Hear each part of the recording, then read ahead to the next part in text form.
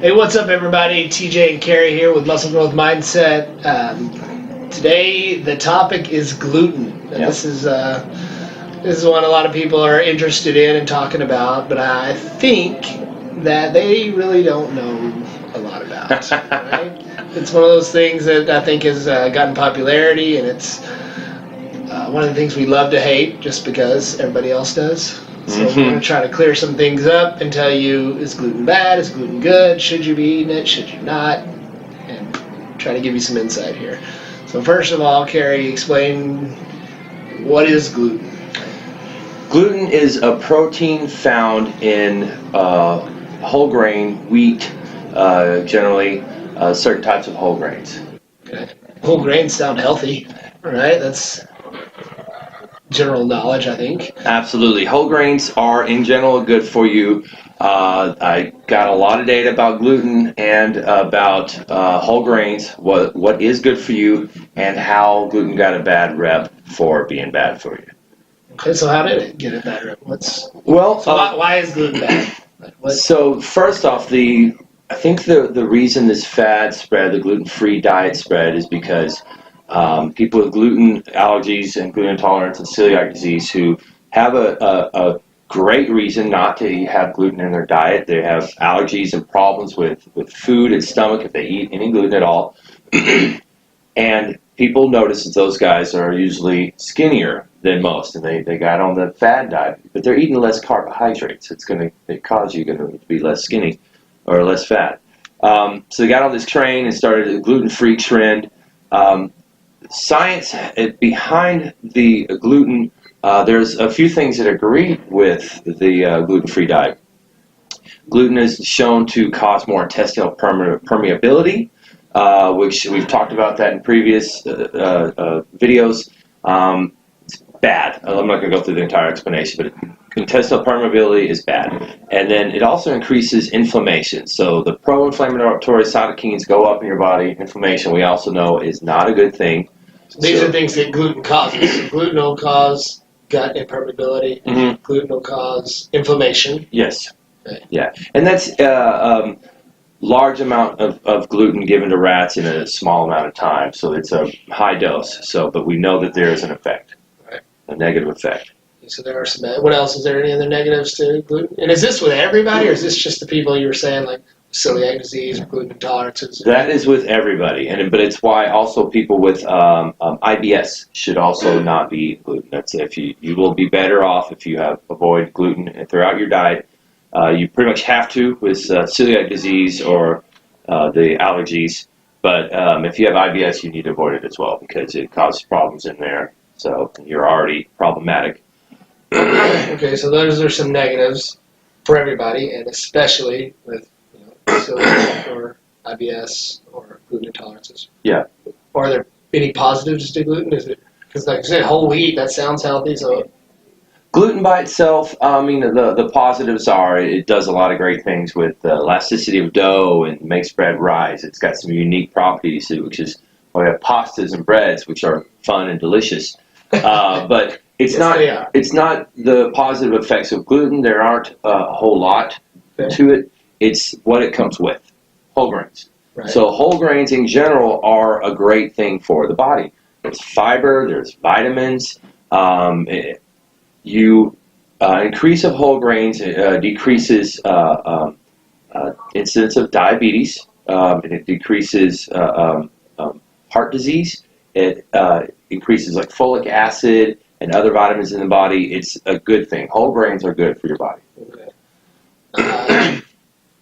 What about, I don't know if you talked about it, but like insulin sensitivity, doesn't gluten have an effect, or gluten products have an effect on? Yes, your insulin sensitivity is decreased with gluten products. Yes. Okay. That's a bad thing, right? You don't right. want gluten or insulin sensitivity, or you want insulin sensitivity. But isn't that the same as any carbohydrate? Like that's true. I don't see any increase in the decrease in insulin sensitivity over any other carbohydrate. Okay, so maybe it's not necessarily that it's a gluten thing. It's just gluten's going to be found in carbs. Carbs right. decrease insulin sensitivity. So I don't think it's a direct effect of gluten. Okay, interesting.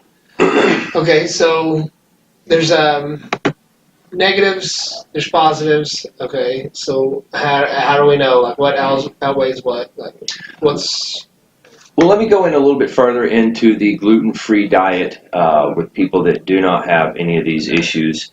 And the major reason why I discourage people from following the gluten-free diet. So when you go to a place and you want gluten-free bread, gluten-free pizza, or you're going and buying packaged items from the store that are gluten-free, there are a lot of problems associated with this, okay? So there is a decrease in a lot of the great vitamins that come in with that, the decrease in fiber, increase in sugars and fats. I mean, you're going out and you're like, let's get the gluten-free bread because it's healthier for you. And you're generally not, it's not healthier for you because they have to increase other things, and usually these are negatives to your health. right? I would rather go with a whole grain option instead of something that still has some fiber with it than going with a gluten-free option.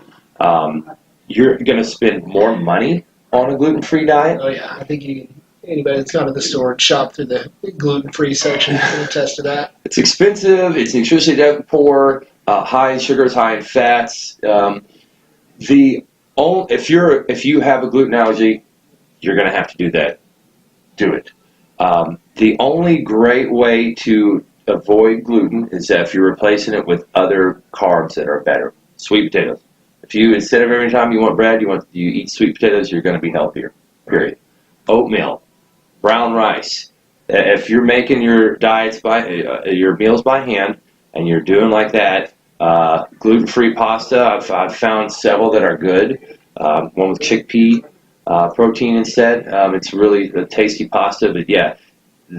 That's the only reason I go with a gluten-free diet. If you're going to a place and they're like, we have gluten-free, don't do it unless you have a gluten allergy. Yeah, because you're eating garbage or gluten-free garbage. Yeah. It's still garbage. It's still garbage. So, like, a gluten-free pizza is still a pizza. And then I think, the way I'm understanding it is maybe the process of taking out the gluten or making it without gluten, it also takes out a lot of the other healthy properties. Mm-hmm. So, yeah, you're not getting the gluten, but you're also, like Carrie said, you're not getting the fiber. Maybe you're not getting some of the vitamins and minerals that would be in a normal product that has the gluten.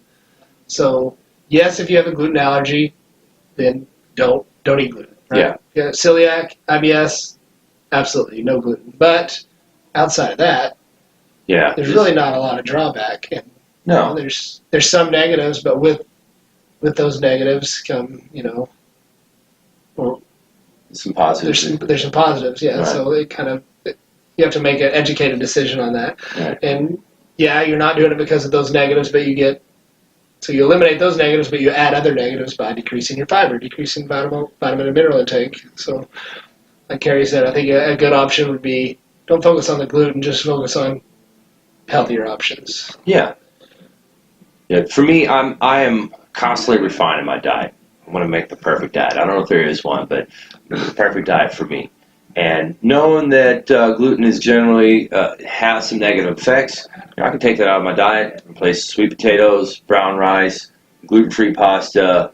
But sometimes like the gluten-free pastas, they don't taste like regular pastas. I'll put whole wheat pasta instead, understanding that gluten does cause some inflammation and some intestinal permeability. I'm not that worried about it. It's not a big deal. My diet is pretty great otherwise. So I think it comes down to our rule with a lot of things. It's moderation, right? So if you're completely healthy, if you don't have an issue with gluten, then a little bit of moderation is not going to hurt you. Yeah. Right. You're gonna get some positives with it. So there's a lot of whole grain benefits. Mm-hmm. So maybe those benefits outweigh the negatives of gluten. It's going to be a case by case thing. Yeah. Just be aware and be informed before you just say gluten's bad. Yeah. You know what? Everything's bad. Yeah. So unless you have a gluten allergy, gluten intolerance, IBS, don't buy that gluten-free crap at the store. It's not good for you. Right. So. Okay. So overall verdict: gluten's not as bad as people say, unless you have one of those things. Yeah, and then you absolutely don't eat gluten. So you can stay on the bandwagon if you want. If you like, pay attention, if you like to play the game, like I think a lot of people do, Yeah. just being real, Yeah.